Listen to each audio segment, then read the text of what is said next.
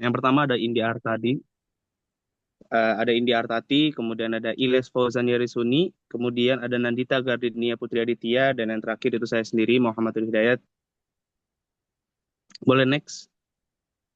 Oke, sebelum kita masuk lebih jauh, saya ingin membahas tentang pendahuluan. Bagaimana sih materi ini ingin disampaikan dan materi ini ingin dipresentasikan. Boleh di next slide? Baik, pendahuluannya itu kita tahu ya baik teman-teman semua bahwa Indonesia itu merupakan negara yang kemerdekaannya itu dipengaruhi oleh peran agama. Ini juga tercermin dalam Pancasila kita sebagai ideologi negara yang dimana menempatkan ketuhanan yang Maha Esa itu sebagai sila pertama. Ya, maka dari itu pendidikan agama Islam itu diwajibkan di semua jenjang pendidikan baik dari SD hingga ke perguruan tinggi dengan tujuan untuk membentuk akhlak dan juga moral sesuai dengan ajaran agamanya masing-masing. Nah, tapi untuk hari ini kita akan lebih memperdalam untuk agama sesuai ajaran agama Islam untuk membentuk akhlak dan moral kita. Kemudian ada faktor yang membuat berdampak menurunnya moral dan juga lunturnya kesadaran yaitu adalah teknologi. Biasanya dalam generasi muda ini karena keahlian teknologi semakin maju, beberapa orang mungkin beberapa eh, generasi atau beberapa oknum itu karena teknologi semakin maju, adanya penurunan terhadap moral dan juga lunturnya kesadaran terhadap beragama. Meski telah mendapat pendidikan agama selama bertahun-tahun yang tadi sudah kita bahas bahwa pendidikan itu sudah dari jenjang awal kita lahir sampai ke perguruan tinggi, yang dimana ini bisa diambil kesimpulan bahwa pendidikan agama di sekolah mungkin belum sepenuhnya efektif. Maka dari itu, pendidikan agama Islam itu perlu didukung oleh faktor-faktor lainnya, yaitu adalah keluarga dan sekolah juga harus mendukung, serta lingkungan kita masing-masing dan juga masyarakat secara bersamaan. Karena apa? Karena peran pendidik itu yang kompeten itu sangat penting untuk membentuk karakter yang dimana pendidikan agama itu bukan hanya sebagai kewajiban secara formal, tetapi juga kebutuhan hidup sebagai pedoman kita untuk melakukan kehidupan sehari. Maka dari itu, bab ini akan membahas lebih dalam pentingnya pendidikan agama Islam di perguruan tinggi, serta dari nilai landasan filosofis, teologis, yuridis, serta urgensinya dalam membentuk karakter mahasiswa. Boleh di next selanjutnya? Baik, kita akan masuk ke landasan filosofis pendidikan agama Islam yang akan diajarkan di perguruan tinggi, tapi bukan saya yang ingin menyampaikan materinya, melainkan teman kelompok saya, yaitu Saudari Nandita Gardenia Putri Aditya. Kepada Nandita, dipersilahkan. Baik, terima kasih kepada moderator atas kesempatannya. Di sini saya Nandita Gardenia Putraditya akan menjelaskan mengenai landasan filosofis pembelajaran agama Islam di perguruan tinggi. Nah, seperti yang kita tahu, di mana pendidikan agama Islam di Indonesia itu telah dipelajari mulai dari sekolah dasar. Maka tidak mengherankan ketika hal tersebut turut diajarkan pada lingkup perguruan tinggi. Nah, akan tetapi nih banyak mahasiswa yang bertanya terkait esensi mempelajarinya itu apa. Karena kesan yang diberikan seakan-akan tuh mengulangi pelajaran yang telah dipelajari selanjutnya. Next. Nah, jika kita menelusuri sejarah perguruan tinggi di Indonesia, maka kita harus mengetahui adanya dua pandangan kontradiktif dari para tokoh pendidikan tentang pendidikan agama Islam di perguruan tinggi. Di mana yang pertama, pendapat pertama menyatakan bahwa pendidikan agama Islam harus diajarkan di perguruan tinggi karena negara, di mana dalam hal ini perguruan tinggi wajib menjaga keberagaman warganya. Terlebih lagi Indonesia memiliki suku, budaya, ras, dan yang sangat beragam. Dan mahasiswa juga yang saat berada di perguruan tinggi tentu berasal dari daerah yang berbeda. Maka dari itu dengan adanya ajaran pendidikan agama Islam, tentu kita bisa saling menghargai dan juga saling menjaga toleransi antar umat. Sedangkan untuk pendapat yang kedua, di mana menyatakan bahwa pendidikan agama Islam tidak perlu diajarkan di perguruan tinggi. Alasannya karena agama merupakan urusan pribadi, keluarga, dan institusi keagamaan seperti masjid, pesantren, dan organisasi keagamaan, sehingga negara tidak perlu ikut campur dalam urusan agama. Maka dari itu, kita perlu mengkaji nih sumber-sumber filosofinya, di mana terdapat tiga landasan pokok yang dapat dijadikan sebagai landasan untuk memahami tentang hakikat pembelajaran agama Islam di perguruan tinggi, di mana itu ada tiga. Yang pertama ialah epistemologi. Nah, epistemologi ini merupakan cabang dari filsafat ilmu, di mana epistemologi berasal dari bahasa Yunani yang artinya pengetahuan. Persoalan pokoknya itu menggali persoalan dari sumber-sumber pengetahuan, kayak dari manakah pengetahuan yang benar itu datang dan bagaimana kita mengetahuinya. Nah, dalam epistemologi itu terdapat beberapa sumber. Yang pertama ada sumber religius, di mana yang dimaksud dengan religius di sini ialah dasar yang bersumber dari ajaran Islam. Di mana dalam Islam ini kan sumber pengetahuannya itu adalah Al-Quran dan Al-Hadis, di mana dan Al-Hadis sebagai sumber dan inspirasi para pemikir Islam abad kemajuan Islam atau dikenal dengan The Quran and Hadith, a source and inspiration of Islamic philosophy, di mana Al-Quran dan Al-Hadis ini merupakan sumber filosofi utama, dan dalam Al-Quran terdapat ayat-ayat tentang kewajiban atau pentingnya ilmu. Di antaranya ada dari Quran Surat An-Nahl surat ke-16 ayat 125 yang berbunyi, A'udzubillahi minasyaitonirrajim. Bismillahirrahmanirrahim. Uda'u ila sabili rabbika bil hikmati wal mau'izatil wajadilhum billati ahsa. Inna rabbaka huwa a'lamu bima Iya. dhalla an sabilihi wa huwa a'lamu bil muhtadin. Yang artinya, serulah wahai manusia kepada jalan Tuhanmu dengan hikmah dan pengajaran yang baik. Dan berdebatlah dengan mereka dengan cara yang baik. Sesungguhnya Tuhanmu, dialah yang lebih mengetahui siapa yang sesat dari jalannya, dan dialah yang lebih mengetahui siapa yang mendapat petunjuk. Kemudian ada juga Quran Surat Ali Imran, surat ketiga ayat 104 yang berbunyi, A'udzu billahi minasyaitonir rajim. Bismillahirrahmanirrahim. Wal takum minkum ummatun yad'una ilal khairi wa ya'muruna bil ma'rufi wa yanhauna 'anil munkar wa ulaika humul muflihun. Yang artinya, dan hendaklah di antara kamu ada segolongan orang yang menyeru kepada kebajikan, menyuruh atau berbuat yang ma'ruf dan mencegah dari yang mungkar, dan mereka itulah orang-orang yang beruntung. Kemudian ada juga hadis dari Rasulullah SAW yang bersabda, menuntut ilmu itu wajib atas setiap muslim. Dan barang siapa menelusuri jalan untuk mencari ilmu padanya, Allah akan memudahkan baginya jalan menuju surga. Hadis riwayat Muslim. Nah, jadi berdasarkan penjelasan Al-Quran dan Al-Hadis tersebut, jelaslah menurut ilmu agama itu merupakan suatu kewajiban. Dan setelah kita mengetahui ayat serta Al-Hadis tersebut tentang kewajiban menuntut ilmu, khususnya ilmu syar'i, maka pembelajaran di tingkat perguruan tinggi merupakan interpretasi dari keduanya. Tidak ada salahnya nih kalau untuk terus memahami ilmu agama, dibarengi dengan mempelajari ilmu lainnya. Nah, seperti juga menurut Ziauddin Sardar nih, kesuksesan umat Islam pada abad pertengahan itu karena perhatiannya pada persoalan epistemologi, di mana epistemologi ini merupakan cara mengekspresikan pandangan atau worldview kesuksesan para intelektual Muslim abad keemasan karena mencurahkan bakat dan waktu pada tugas ini. Nah, epistemologi juga menembus segala aspek kehidupan, baik individual, sosial, dan peradaban. Nah, tanpa epistemologi, peradaban itu mustahil dapat diwujudkan.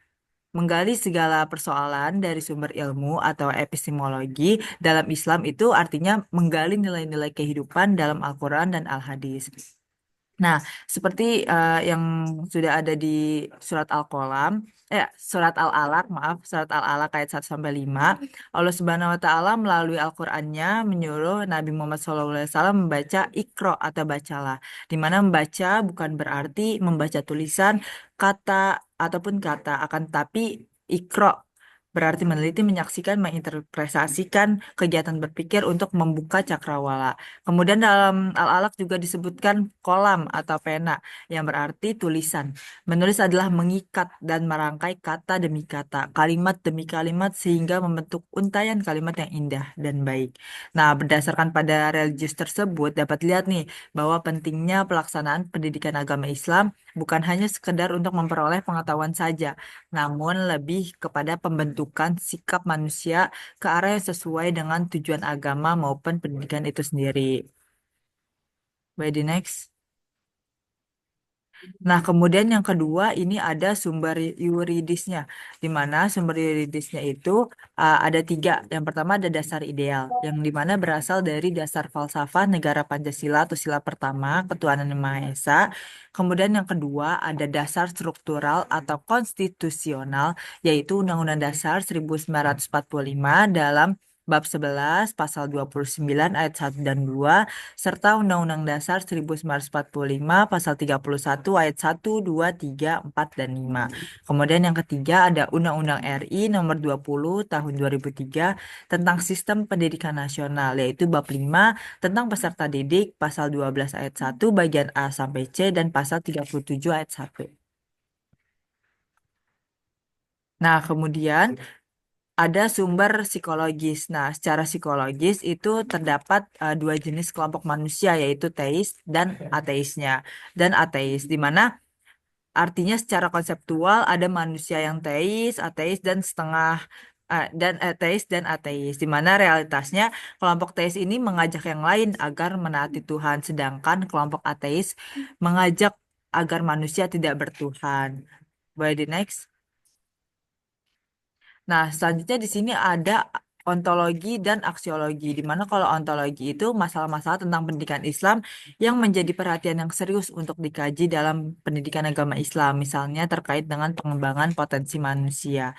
Sedangkan kalau untuk aksiologi itu tentang masalah etika yang mempelajari tentang kebaikan yang ditinjau dari kesusilaan atau sangat berprinsip lah dalam aksiologi pendidikan Islam. Cukup sekian pembahasan dari saya kembalikan kepada moderator. Ya, sedikit ini ya, suara kamu bagus sekali nih, seperti dubbing. Ya, suaranya bagus Nandita untuk mengisi suara di apa? Ya, berikutnya. Baik, terima kasih Bu Amalia.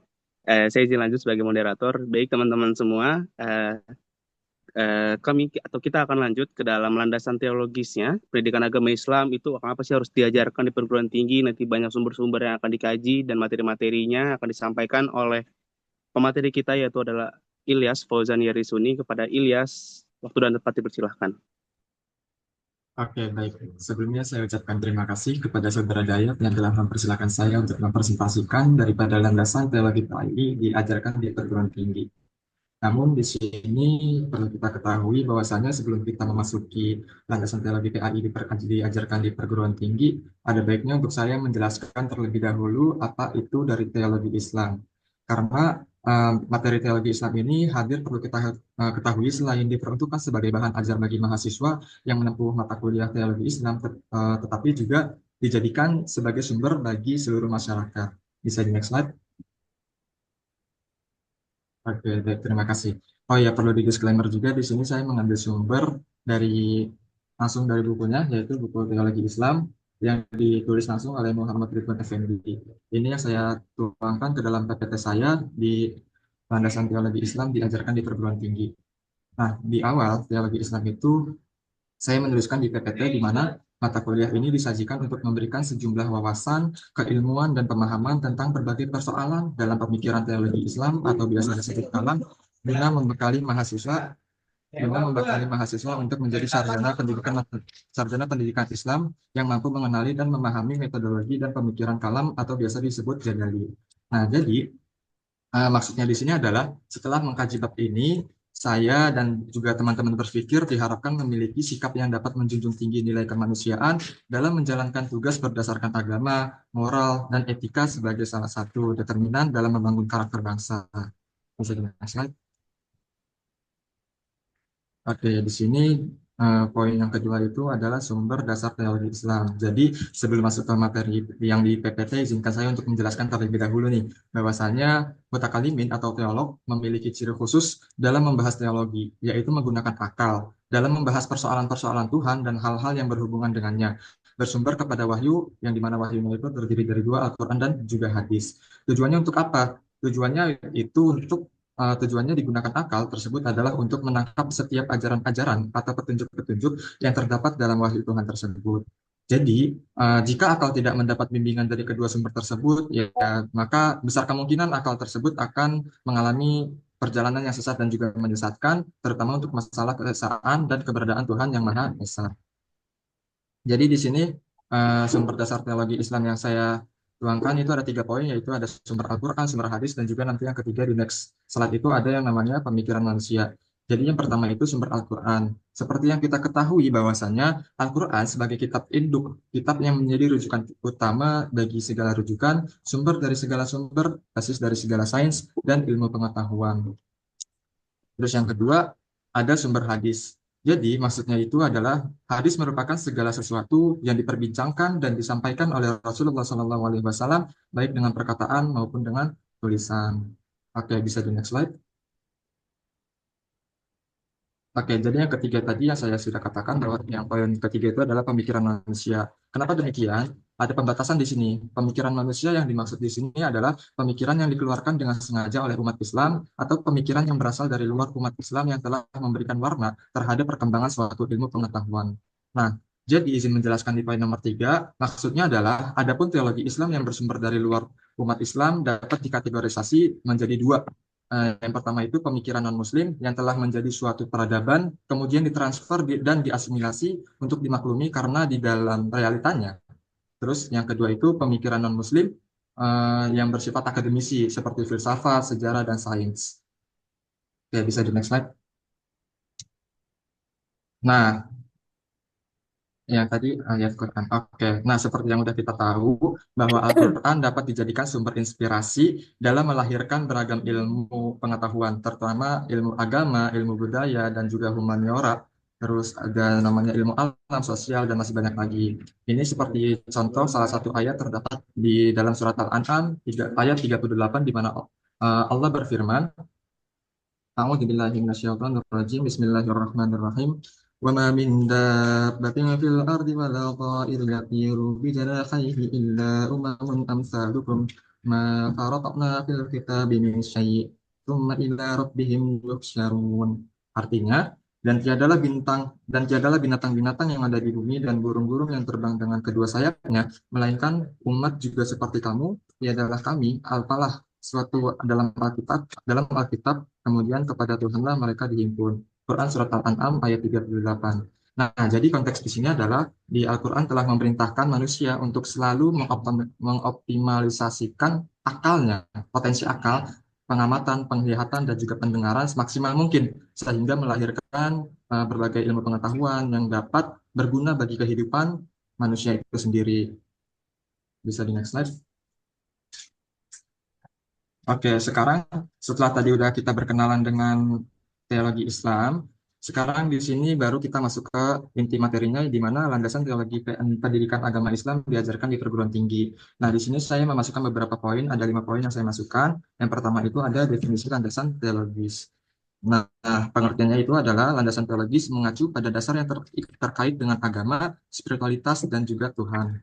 Terus yang kedua, eh, tadi yang sudah dikatakan oleh Nandita bahwa pendidikan agama Islam di perguruan tinggi itu perlu diajarkan di perguruan tinggi untuk menanamkan dan memperkuat nilai keagamaan mahasiswa. Terus yang ketiga poinnya itu adalah untuk pengembangan karakter mahasiswa itu sendiri. Pendidikan agama Islam membantu membentuk karakter mahasiswa berdasarkan nilai-nilai agama. Terus yang keempat ada mengembangkan ilmu dan agama. Jadi adanya teologi Islam ini diperlukan karena untuk mengembangkan ilmu dan agama. Pendidikan Islam menggabungkan ilmu pengetahuan dengan ajaran Islam dari Al-Quran dan juga Al-Hadis. Terus yang kelima atau poin terakhir itu ada peran dosen. Jadi di sini dosen yang mengajar pendidikan agama Islam harus memiliki pengetahuan yang luas dan relevan dengan kehidupan saat ini. Mungkin itu saja materi yang bisa saya paparkan. Bila nanti ada yang ingin ditanyakan bisa di sesinya sendiri. Sekian dari saya. Wabillahi taufiq wal hidayah. Assalamualaikum warahmatullahi wabarakatuh. Waalaikumsalam. Waalaikumsalam warahmatullahi wabarakatuh. Terima kasih kepada Saudara Ilyas telah memaparkan tentang bagaimana landasan teologis itu dihadirkan untuk pendidikan agama Islam itu diajarkan di perguruan tinggi. Dan selanjutnya kita akan masuk ke dalam urgensi pendidikan agama Islam diajarkan perguruan tinggi. Jadi urgensinya apa aja nih teman-teman? Kira-kira dari kita udah mempelajari dari sumber-sumber terdahulunya, landasan-landasannya, tadi dari filosofis hingga teologis. Nah, Sekarang kita akan membahas tentang urgensinya bagaimana pendidikan agama Islam itu harus diajarkan. Baik, tetapi kita akan masuk ke pemateri kita yang terakhir, yaitu adalah Indi Artati. Kepada Indi, dipersilahkan. Baik, terima kasih Saudara Dayat atas kesempatannya. Saya izin menjelaskan mengenai urgensi pendidikan agama Islam diajarkan di perguruan tinggi. Sesuai yang tadi Saudara Dayat bilang, materi Mohon mengenai maaf, Saudari Indi. Sorry memotong, suaranya terlalu kecil, tidak terdengar. Mungkin aku ke teman-teman kita semua. Oke, boleh dilanjutkan. Oke, apakah sudah Dayat? Sudah, Saudari Indi. Oke, terima kasih. Baik, saya izin memaparkan mengenai urgensi pendidikan agama Islam diajarkan di perguruan tinggi. Sesuai yang tadi Saudara Dayat bilang, materi mengenai landasan filosofis dan teologis sudah dijelaskan oleh Saudara Dita dan Saudara Ilyas, yaitu mengenai sumber-sumber yuridis, religius, dan psikologis, serta ada landasan teologisnya dari Al-Quran, hadis, dan pemikiran manusia. Nah, kenapa sih kita harus mempelajari pendidikan agama Islam itu di perguruan tinggi? Mari kita bahas sama-sama. Baik, poin pertamanya adalah urgensi pembinaan pendidikan agama Islam di perguruan tinggi. Yang pertama itu adalah pendidikan adalah hak bagi setiap orang, baik dia laki-laki maupun perempuan. Terlebih kita sebagai makhluk hidup yang namanya pendidikan itu kita yang namanya memiliki hak asasi manusianya, yaitu belajar.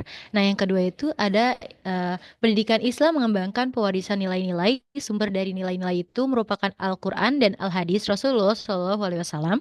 Nah, selain dari kedua sumber itu ada juga ijtihad, dikenal juga ijma atau dan qiyas.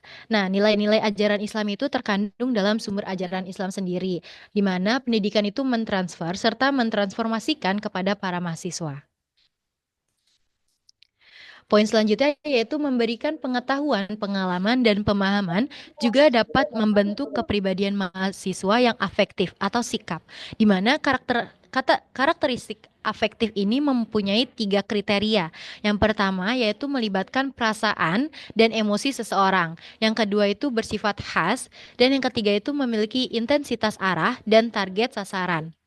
Maksud dari intensitas di sini itu adalah tingkat atau kekuatan perasaan lebih kuat dari perasaan lain. Nah, sedangkan target atau sasaran itu mengacu pada objek, aktivitas, atau ide sebagai arah dari perasaan tersebut. Nah, pendidikan agama Islam ini juga merupakan mata kuliah yang syarat dengan ranahnya afektif, di mana penilaian dan evaluasi pada ranah afektif ini setidaknya berhubungan dengan 5 tipe afektif. Yang pertama ada sikap, yang kedua ada minat, yang ketiga ada konsep diri, yang keempat ada nilai, dan yang kelima ada moral. Selanjutnya, poin kedua, pendidikan agama Islam di perguruan tinggi umum. Mata kuliah pendidikan agama Islam mempunyai posisi strategis dalam melakukan transmisi pengetahuan dan transmisi sikap dan perilaku mahasiswa melalui suatu proses pembelajaran. Pendidikan agama Islam ini juga memiliki tujuan untuk membangun karakter mahasiswa yang memiliki kepedulian yang mulia, kesadaran berbangsa dan bernegara, unggul, serta memiliki kesadaran kemanusiaan yang luas.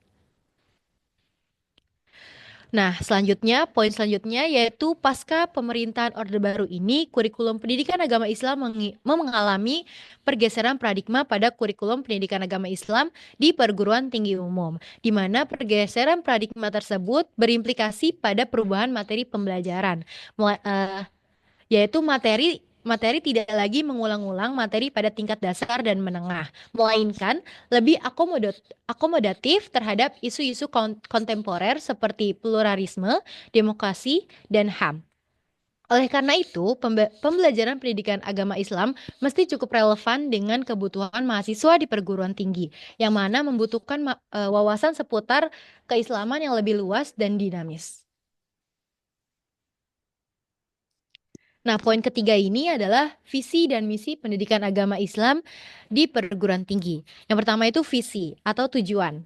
Nah, visinya ini adalah terbentuknya mahasiswa yang mempunyai perilaku dalam pengembangan kepribadian, keilmuan, dan profesinya. Di mana visi ini bisa terwujud jika ada beberapa misi yang harus dilaksanakan. Misi tersebut yaitu yang pertama, mengembangkan potensi keimanan, ketakwaan, dan akhlak mulia atau karakter baik mahasiswa atau biasa kita sebut misi psikopedagogis. Nah, yang kedua ini menyiapkan mahasiswa untuk berkehidupan Islami baik sebagai pribadi, anggota keluarga, anggota masyarakat, dan sebagai warga negara yang baik atau kita sebut misi psikososial. Yang ketiga itu membangun budaya spiritualitas sebagai determinan utama dalam kehidupan berbangsa dan bernegara. Kita bisa sebut misi sosiokultural. Yang selanjutnya yang keempat, ada mengkaji dan mengembangkan pemahaman ajaran Islam yang terintegrasi dalam berbagai disiplin ilmu atau bisa kita sebut dengan misi akademik. Baik, selanjutnya, secara spesifik tujuan dari MKDU Pendidikan Agama Islam ini adalah yang pertama ada meningkatkan kualitas keimanan, ketakwaan, dan akhlak mulia mahasiswa. Yang kedua ada meningkatkan kualitas dan kuantitas pelaksanaan ibadah ritual mahasiswa. Yang ketiga itu ada meningkatkan pengetahuan dan keterampilan mahasiswa dalam memecahkan problematika kehidupan dengan berlandaskan pada ajaran Islam. Yang keempat itu ada meningkatkan kematangan dan kearifan berpikir dan berperilaku mahasiswa dalam pergaulan global. Yang kelima, ada meningkatkan pemahaman dan kesadaran mahasiswa dalam mengembangkan disiplin ilmu dan profesi yang ditekuninya sebagai bagian dari ibadah atau gairu mahdah.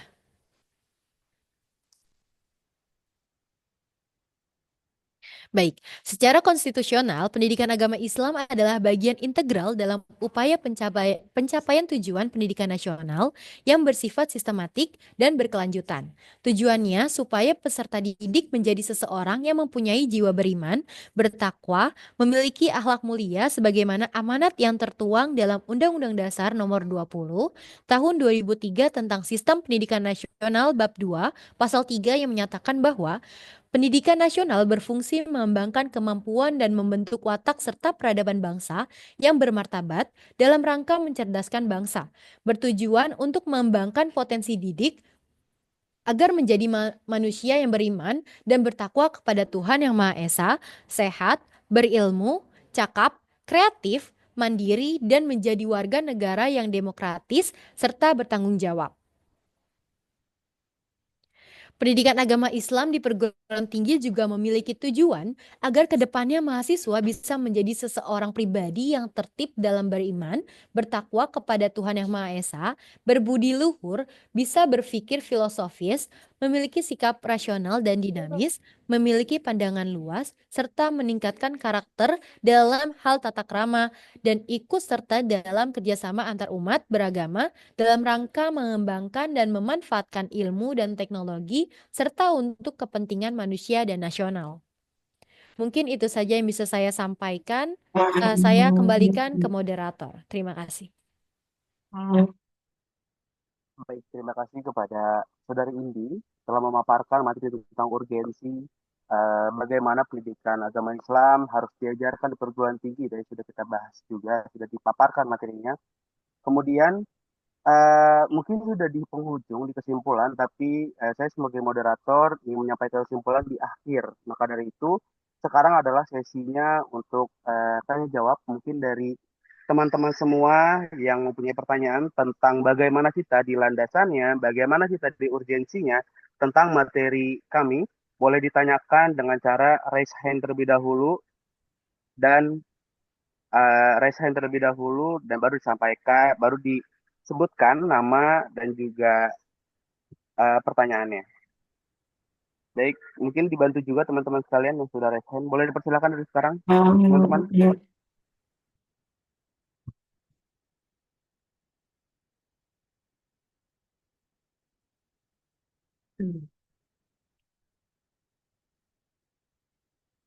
Ya, silakan yang mau bertanya.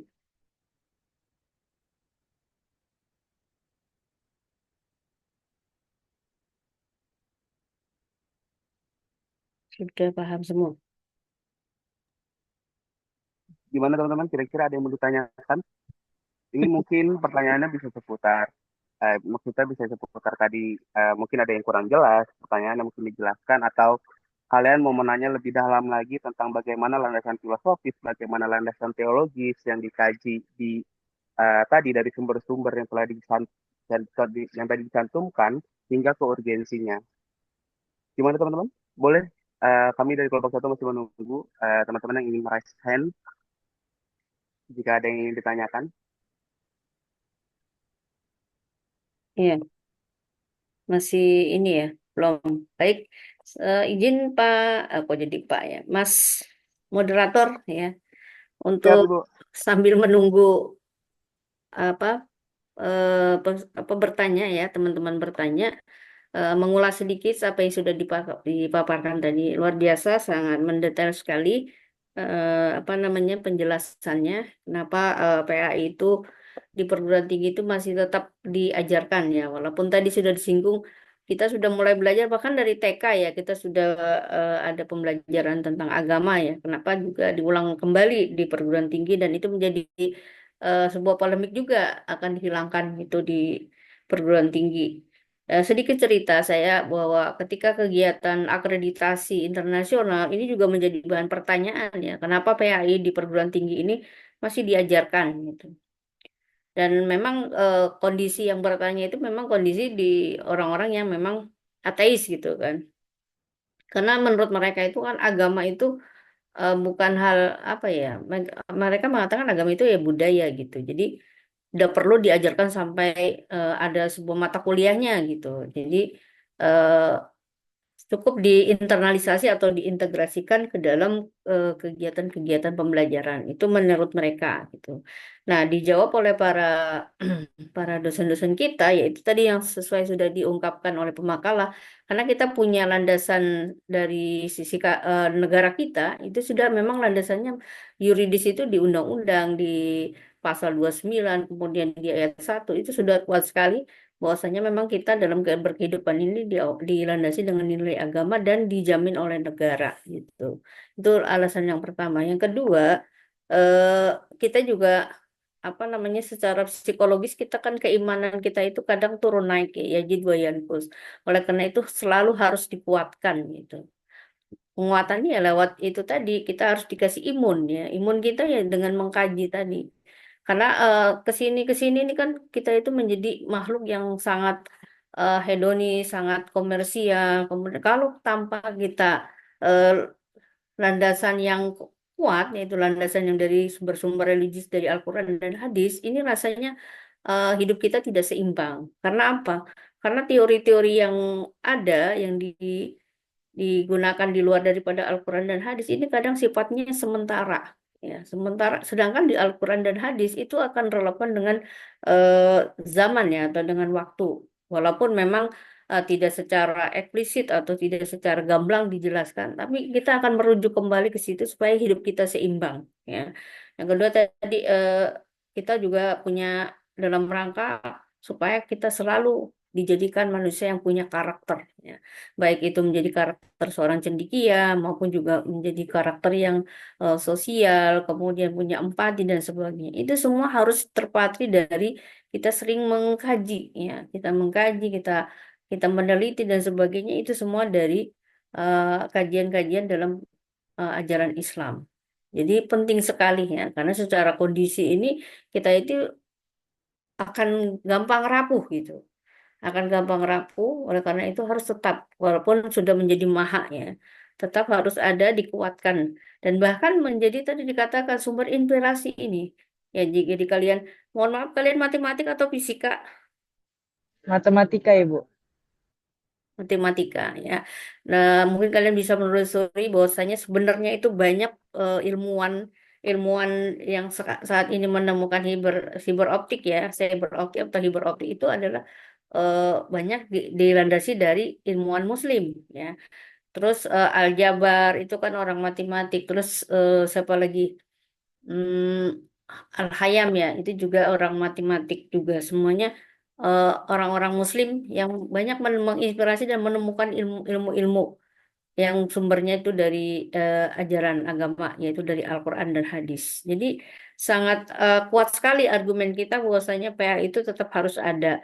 Dan bagaimana supaya apa namanya landasan-landasan itu tetap bersinergi, tetap tercapai gitu kan. Nah, oleh karena itu pembelajaran di perguruan tinggi itu berbeda dengan pengajaran di ketika kalian mungkin di SMA maupun yang di bawahnya itu. Ya, apa yang menjadi pembeda? Di perguruan tinggi ini ditekankan kalian ini bisa mengeksplorasi, walaupun bukan seperti UIN ya. Kalau UIN mungkin akan mengkaji dari berbagai tafsir ya, tapi kita cukup eh, dalam berdiskusi ini tidak hanya satu referensi ya.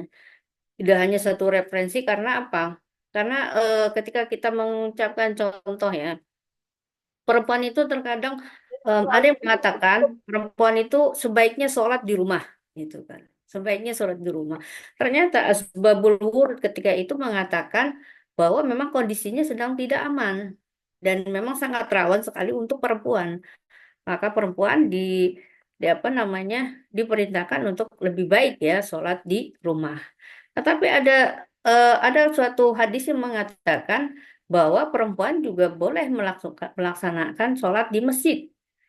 Ya, ini kan menjadi kalau kita hanya berpegang dari satu referensi atau satu hadis, ternyata ada hadis lain yang mengatakan boleh. Nah, ini kenapa? Ya karena memang kita harus mempelajari asbabul wurudnya itu supaya tidak terjadi apa ya konflik dalam pengetahuan itu sebenarnya. Ya, jadi kita juga ketika kita menyampaikan, ketika kita mengkaji, kita harus tahu. Ketika ketemu nantinya menyampaikan itu harus tahu dulu asbabulurnya kenapa. Kenapa perempuan ketika itu tidak boleh sholat di masjid berjamaah dan sebagainya. Nah ini kita harus tahu. Artinya dalam pembelajaran di perguruan tinggi kita itu harus bukan hanya menerima ya, menerima informasi dari dosen atau mungkin kalian apa namanya mencari referensi di mungkin ya di ChatGPT atau mungkin di media-media lainnya itu kan harus tahu juga ya. Yang pertama harus tahu asbabul wurud untuk hadisnya, kemudian juga asbabun nuzulnya. Nah, ini penting. Inilah yang harus menjadi pembeda pembelajaran PA di perguruan tinggi supaya apa? Supaya kita itu tidak menjadi apa namanya? Bukan hanya sekedar penerima, tapi juga kita menjadi kemampuan kita juga lebih dalam, kemudian juga kualitas ibadah kita juga semakin meningkat gitu. Jadi semakin kita mengeksplor, semakin kita menjadi orang yang penasaran dalam arti untuk memperbaiki kita supaya menjadi manusia yang lebih sempurna lagi. Baik itu kita dalam beribadah maupun kita dalam menjalankan aktivitas kita sebagai seorang mahasiswa dan nantinya juga sebagai seorang mungkin sebagai seorang dosen nantinya kalian atau sebagai seorang ilmuwan ataupun sebagai seorang pengusaha dan lain sebagainya. Ya, jadi sebagaimanapun kita sampai akhir hayat kita ya sampai kita di apa istilahnya utrubul ilma minal mahdi ilal sampai kita berhenti kita sampai di yang lahat itu baru menuntut ilmu itu baru berhenti ya ya terutama ilmu agama. Ya, itulah mengapa pendidikan agama Islam di perguruan tinggi itu tetap ada ya. Itulah yang membedakan pemikiran orang-orang Barat yang memang cenderung ateis dengan kita alhamdulillah lahir di Indonesia yang memang kuat sekali dengan nilai-nilai agama. Meskipun secara perilaku kita itu kuat dalam beragama, tapi ternyata kedisiplinan, kemudian korupsi juga masih besar ya. Itu mungkin salah satu sisi apa namanya kita ini kalau kita melakukan riset berarti memang kita mayoritas adalah Muslim, tapi kenyataannya memang apa namanya SDM-nya atau mungkin kesejahteraan itu menjadi hal yang memang meningkatkan kualitas keimanan atau kualitas ibadah seseorang. Mungkin pengaruh lingkungan juga sangat besar sekali. Tapi saya tidak tahu risetnya, tapi secara apa namanya orang ketika dia nyaman untuk beribadah, salah satunya adalah penerimaan kondisi psikologis. Ya. Mungkin secara psikologis masyarakat Indonesia adalah kesejahteraan mereka belum terpenuhi dengan baik, tapi memang ada juga orang yang katakanlah miskin, tetapi mereka punya keimanan yang kuat. Nah, ini juga ada pengaruh-pengaruh lain di samping ekonomi ya. Bisa jadi memang mereka sudah ada punya kenyamanan dalam beribadah sehingga kualitas ibadahnya itu akan lebih meningkat lagi. Nah, ini yang perlu selalu kita kaji supaya kita nah istilahnya selalu dapat hidayah dari Allah Subhanahu wa taala. Seperti itu ya. Ya, ada yang sudah bertanya? Belum ada juga. Ya, tidak Berarti tidak mau. Oh, ada, belum belum belum belum ada. belum ada di layar. Oh, gitu. Tapi tidak usah menangis ya. Ya, tidak usah bersedih. Apa namanya? Ya mungkin teman-teman belum mendapat inspirasi dari apa namanya? Dari materi atau dari PPT yang kalian sajikan untuk bertanya atau mungkin terlalu terlalu apa terlalu jelas gitu ya.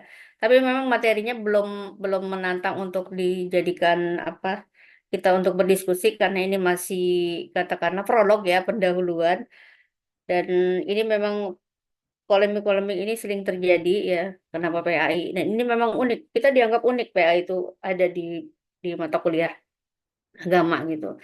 Dan mungkin ke sini juga di luar negeri sana juga mereka sebenarnya sudah mulai banyak yang mengadopsi sumber-sumber dari Al-Qur'an maupun hadis ya. Jadi seperti itu. Gimana? Ada yang mau bertanya ke saya? Kalau ke pemakalan nggak ada, ke saya silakan. Atau saya yang bertanya ke pemakalah, gimana? Boleh saya bertanya atau gimana? Ini luar biasa sekali nih, apa namanya, stamina kalian ini luar biasa, masih senyum-senyum ya di jam ini, jam 4 nih. Biasanya jam-jam rawan ini ya. Ya, luar biasa nih, Agak rawan memang Bu. rawan ya. Tapi nggak apa-apa. Ya. Kita ini bulan bonus ya. Semakin kita isi dengan positif itu semuanya berlipat-lipat ya. Dan kita memang tidak menyadarinya. Ini ibaratnya tambungan kita yang memang nantinya untuk bekal kita di akhirat ya. Dan sebagai seorang orang matematik itu bisa bagaimana membuktikannya? Bagaimana membuktikan secara hitungan tuh tidak ada batasannya gitu. Apa namanya, ibadah kita di Ramadan ini luar biasa gitu ya. Walaupun memang saya nih terutama juga ini matanya luar biasa nih tadi, menahan ngantuk ini luar biasa. Tapi begitu ketemu kalian saya fresh kembali. Karena saya ada Nandita, ada Indi, kemudian Muhammad Nur Hidayat, Ilyas, dan juga yang lainnya, dan juga PJ yang membuat saya ini bangkit kembali dari rasa ngantuk. Ya itulah saya nggak tahu kenapa Ramadan ini, padahal ya mohon maaf kita terbiasa bangun sholat malam, tapi kok untuk Ramadan ini sering entah itu ujian atau apa itu agak ngantuk itu luar biasa. Ya, ya, saya boleh bertanya atau gimana? Atau kita sudahi saja perkuliahan kita untuk sesi hari ini? Saya ikuti kesepakatan ijma dari kalian saja. Ijma. Gimana? Ini Alisa, Alaida mau bertanya? Sudah siap mikrofon? Ya, gimana ketua kelompok 1? Kita sudahi atau saya yang mau bertanya? Ya, katanya ini sudah jam Eh, gimana? ya, sudah di jam 4 juga mungkin kami Ya. selesaikan kesimpulan. Mungkin nanti bagi Mhm. teman-teman yang ingin bertanya langsung ke Ibu, nanti langsung aja setelah sesi pemaparan pemaparan presentasi kami. Dan kebetulan juga nanti saya ada sedikit pertanyaan ke Ibu gitu Bu. Nanti tapi di luar pertanyaan ini, di luar Iya, gak presentasi. apa-apa. Oh ya, mau menutup dulu Ya, berarti kamu ya? Iya, silakan.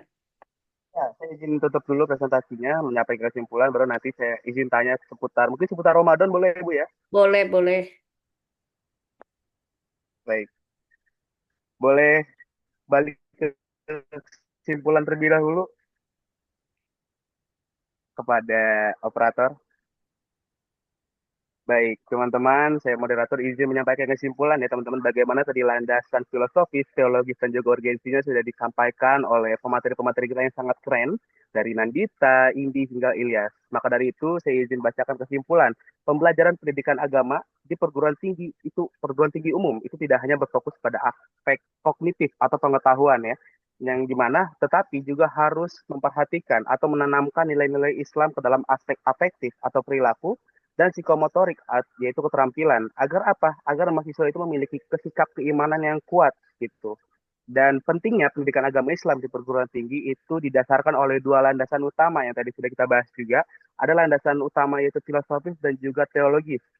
saya izin membahas sedikit tentang filosofis, yaitu terdapat 3 aspek penting dari epistemologis. Epistemologis itu adalah ya aspek yang membahas tentang sumber pengetahuan yang benar melalui pendekatan religius, yuridis, hingga ke psikologis. Ontologi itu menekankan bahwa manusia itu diberi potensi oleh Allah Subhanahu wa taala untuk dikembangkan. Agar apa? Agar dia bisa hidup di dunia dengan lebih selamat, dengan lebih aman, dan lebih terjamin. Serta yang terakhir itu adalah aksiologi yang mengajarkan pentingnya nilai etika dan kesusilaan dalam pendidikan Islam. Sementara landasan utama berikutnya adalah landasan teologis yang menekankan dari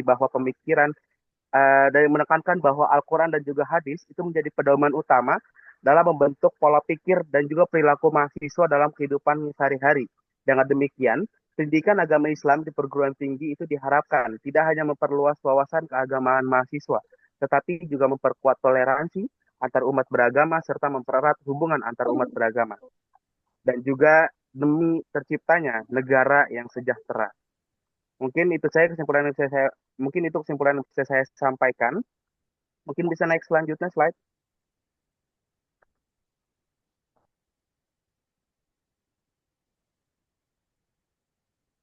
Mungkin bisa naik slide. Oke. Ternyata sudah di penghujung dan sudah terima kasih. Sebelum saya menutup, saya izin menyampaikan quotes dari Imam Al-Ghazali yang dimana beliau menyampaikan bahwa menuntut ilmu itu adalah takwa, menyampaikan ilmu itu adalah ibadah, mengulang-ulang ilmu adalah zikir, dan mencari ilmu adalah jihad. Maka dari itu kita sebagai umat manusia, sebagai umat beragama, umat Islam, kita harus menuntut ilmu jauh sampai ke negeri Cina. Sebagai hadisnya utlubul ilma walau bi'si. Maka dari itu, saya sebagai moderator izin menutup presentasi pada hari ini. Semoga materi yang kami sampaikan itu menjadi bekal buat teman-teman sekalian, menjadi landasan buat teman-teman sekalian untuk menjalankan perkuliahan sebagaimana harus menanamkan pendidikan agama Islam. Wabillahi taufiq wal hidayah. Wassalamualaikum warahmatullahi taala wabarakatuh. Waalaikumsalam Halo warahmatullahi wabarakatuh. Ya, silakan Muhammad Nur Hidayat mau bertanya. Ya. Ini sebenarnya sedikit pertanyaan dari diri saya aja, bahwa kan kita tahu nih bahwa di bulan suci Ramadan merupakan bulan yang penuh berkah dan bulan perubahan juga nih, yang dimana nanti di 11 bulan sebelumnya mungkin mereka adanya dosa-dosa dan lain sebagainya, kan di Ramadan ini penebusannya, maksudnya digalinya pahalanya sehingga menutupi segala dosa-dosanya. Nah, mungkin ini pertanyaan umum yang saya sebenarnya masih ingin tahu dari beberapa sumber. Kira-kira untuk mencari pahala sebaik-baiknya di bulan suci Ramadan itu harus mengapai selain yang wajib yang harus kami lakukan, seperti sholat dan lain sebagainya. Mungkin di luar itu kira-kira apa sih Bu yang harus kita gali sejauh-jauhnya di bulan suci Ramadan agar di bulan suci ini kita dapat berkah yang melimpah gitu. Baik, bagus sekali pertanyaannya ya. Eh, Tadi kan di awal pembuka dikatakan bahwasanya kita itu punya apa ya, kewajiban untuk ud'u ya. Ud'u ila sabili rabbika bil hikmah. Nah, ini kembali ke kalau untuk membaca Al-Quran, kemudian kita bersedekah, itu kan menurut kalian sudah hal yang biasa. Nah, gimana relate-nya dengan kalian nih sebagai seorang calon cendekia gitu ya? Eh, Ud'u ila sabili rabbika bil hikmah wal mau'izah wajadilhum. Nah, ini harusnya kita sudah harus mencapai yang lebih tinggi dari itu. Bukan hanya sekedar membaca Al-Quran, kemudian paham artinya. Tetapi yang lebih tinggi dari itu adalah wajadilhum billati hiya ahsan. Ya. Jadi kesempatan yang di bulan Ramadan ini silakan kalian menggali di samping ibadah-ibadah yang lainnya. Ya. Dalam ibadah itu sebenarnya mana yang terbaik, semua terbaik ya, semua terbaik, karena di mata Allah itu tidak ada ibadah wah ini baca Quran rendah nilainya, bukan seperti itu. Tapi maksud saya di sini adalah yang relate sekali dengan kalian sebagai nantinya cendekiawan muslim adalah bagaimana kalian ini yang tadinya itu hanya sekedar baca Al-Quran kemudian ingin tahu artinya, lebih ditingkatkan lagi ya, lebih ditingkatkan lagi, yaitu dengan cara kalian pas tahu, oh ternyata ada dalilnya ini. Apakah ada hadis yang lain?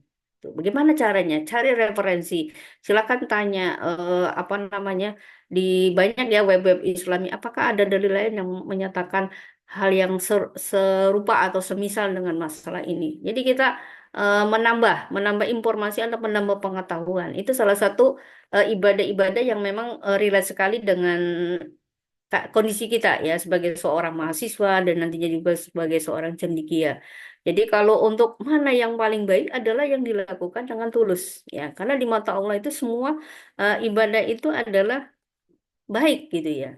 Yang tidak baik adalah yang kalau tidak dikerjakan gitu ya.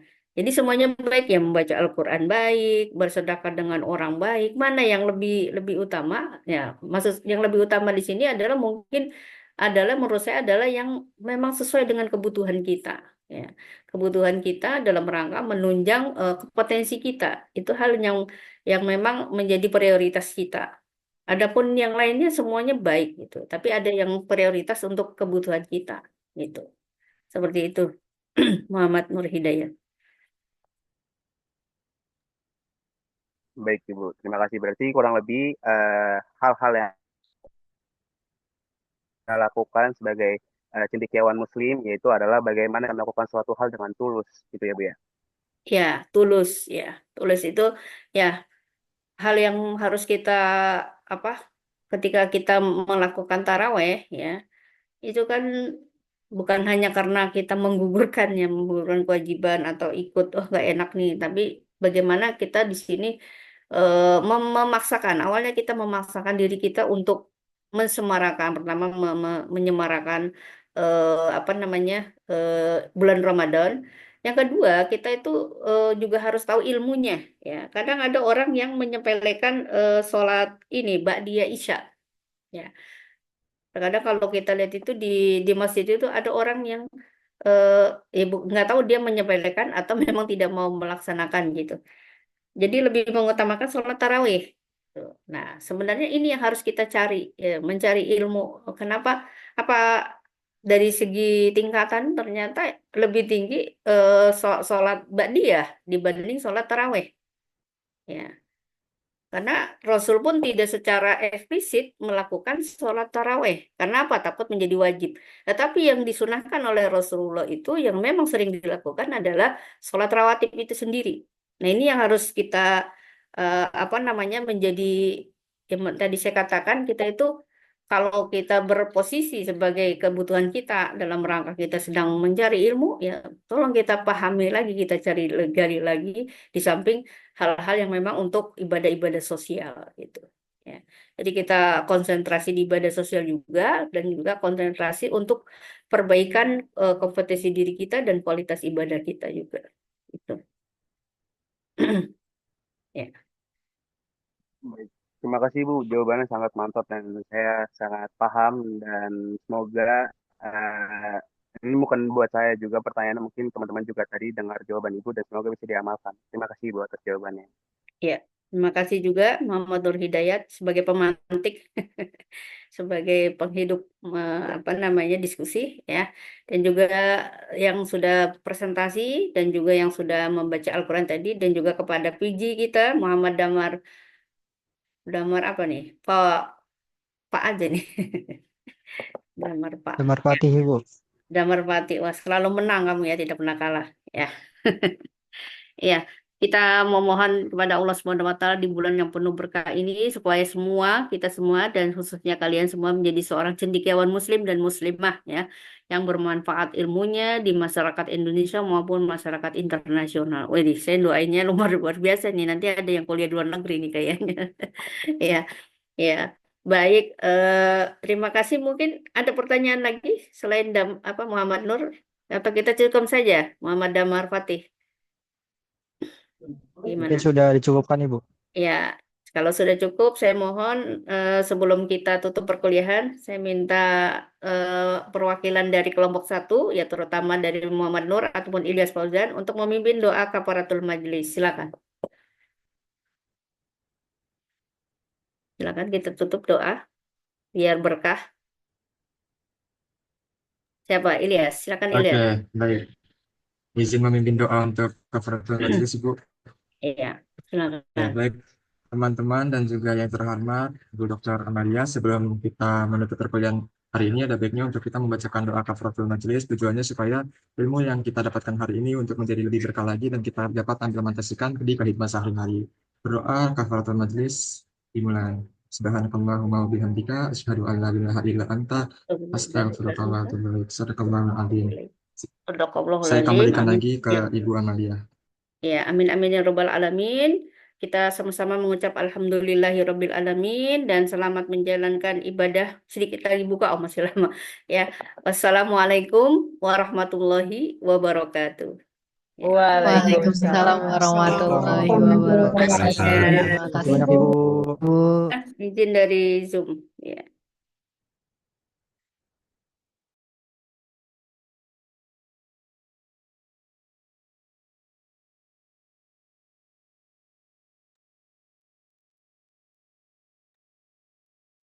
Jaki tidur Jaki.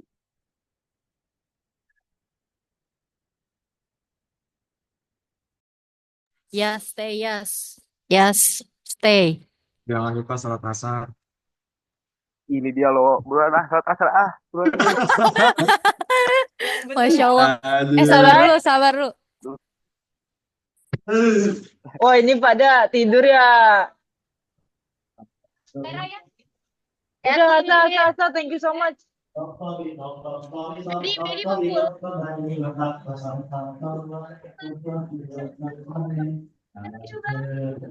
Apalan dia? Ayo ini, udah gue gini nih, berempat.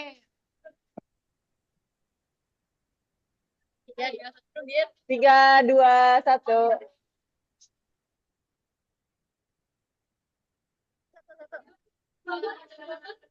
Ngajak Hidayat mana kameranya? Yat. Lu nggak di on? Yat, Yot. kameranya.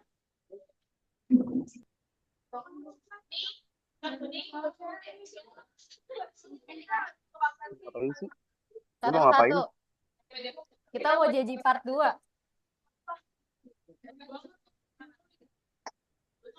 Sama ini loh. Astagfirullahaladzim, let's go. Lu rekam, Dit. Rekam. Zoom. Dah. Lagi. Coba dong. Opening apa? Closing. Closing, Yat. Closing, Yat. Kita on mic. Kita off mic. Dita. Ndi, Apa? blok M dulu apa rooftop dulu? Lupa. Blok M dulu. Blok M dulu. Oke. Tuh kan dibilangin blok M dulu. Oke. Dadah. Yat, Bye. closing, Yat. Astaga. Lama lagi nih. Kata-katanya harus gong. Closing apa? Astaga. Baik.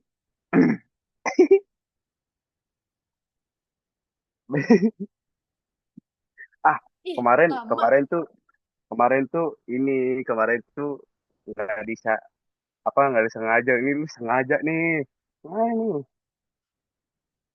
Oke, baik teman-teman semua. Kalau nggak closingan yang tadi, Yat, karena yang kita- pas lu penutupan. Masya Allah. Oke, assalamualaikum warahmatullahi wabarakatuh. Sebelum, karena kita sudah selesai ini teman-teman semua, izinkan saya membacakan atau menyampaikan quotes dari Imam Al-Ghazali yang beliau mengatakan pertama adalah menuntut ilmu itu adalah takwa, menyampaikan ilmu adalah ibadah, mengulang-ulang ilmu adalah zikir, dan mencari ilmu adalah jihad. Itu sesuai dengan hadis kita, yaitu hadis menuntut ilmu, thalabul ilmi faridatun ala kulli muslimin wa muslimati, di mana menuntut ilmu itu wajib bagi orang Islam, baik laki-laki maupun perempuan. Dan utlubul ilma walau bici, tuntutlah ilmu sampai ke negeri Cina. Maka dari itu, baik-baiknya kita sebagai umat Islam, sebagai cendekiawan Muslim, kita harus menuntut ilmu sebagaimana kita bisa, sebagaimana kita mampu. Di bulan suci Ramadan, marilah kita berikan banyak-banyak manfaat, banyak-banyak banyak-banyak manfaat dan juga banyak-banyak kegiatan agar kita mendapatkan berkah yang melimpah. Akhir kata, wabillahi taufiq wal hidayah. Wassalamualaikum warahmatullahi wabarakatuh. Tetap semangat Ramadan. Panjang banget, anjir, panjang. Kayaknya Ica ini nih. Tidur, Ca. Tidur. Ca. Masih direkam kan? Cok. Masuk YouTube. Masuk YouTube? Nggak masuk. Gila ya. Masuk Minimal YouTube. di crop, masuk YouTube-nya di crop. Masuk Gak YouTube-nya di mau. crop. Dah. Ntar kalau Dadah, thank you guys. Thank you for today. Thank you ya. Ya dia kayaknya tidur. Sun. Sun lagi. Sun. Oke guys, thank you. Thank you. see you guys. Hostnya siapa sih? Aku ya?